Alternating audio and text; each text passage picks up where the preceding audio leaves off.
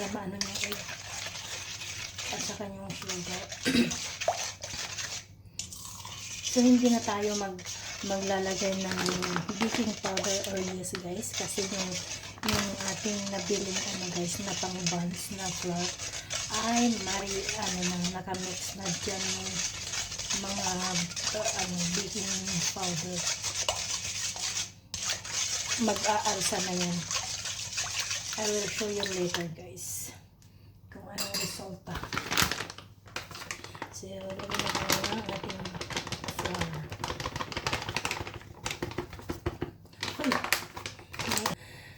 Pero hindi na tayo maglagay niyan.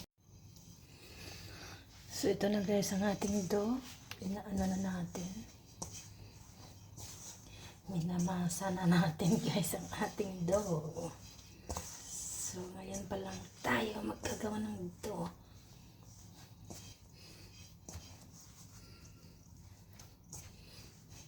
Tingnan nyo, naninilaw siya kasi ang daming butter. Gawa tayo ng bread. Yan. Talagang ano na siya. Lambot na. Malambot siya. Hello guys. So ito na ang ating dough guys. For our bread. Wow. So fluffy. And ito yung ating papaloob sa ating tinapay guys. Black sesame said. Niluto natin yan guys. Tingnan nyo naman ang ating ito guys. Very fluffy. Napakaano siya.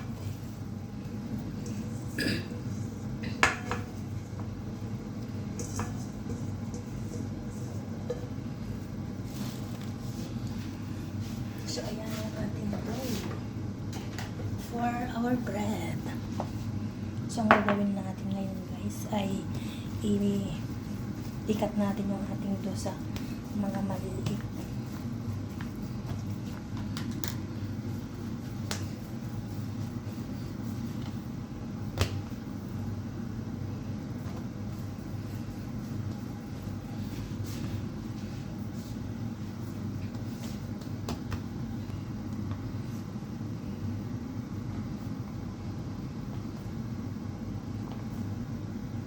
So ayan na guys.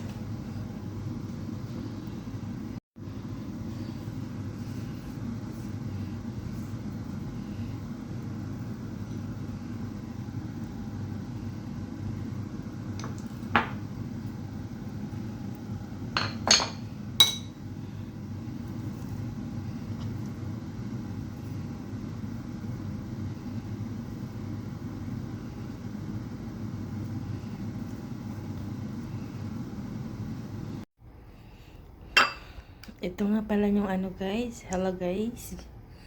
Yung egg yolk. So, pahiran natin sa ibabaw yung ating bread. Ayan, mainit na yung ating oven. So, yan lang gawin natin guys. Pwede na natin ilagay sa oven ang ating bread. Ayan, napahiran na natin siya ng egg yolk.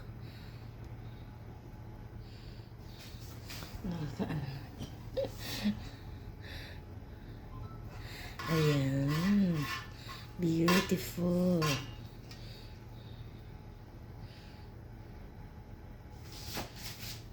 Nakikita niyo pa ako.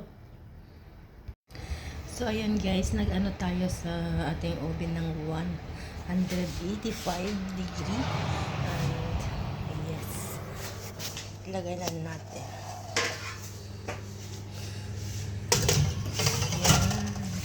Yan ang ating bread. Nasa oven na guys. So, see you later. Kita ko sa inyo guys yung para mag-ilaw, i-swipe natin yung kamay natin dyan. I-hi. So, ayan, nag-ilaw siya guys.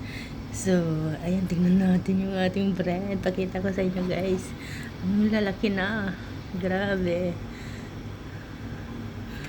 So beautiful. Wow, luto ng ating bread. Yum. Look at this. Sarap naman. Di ba iba ng itsura kaysa kanina?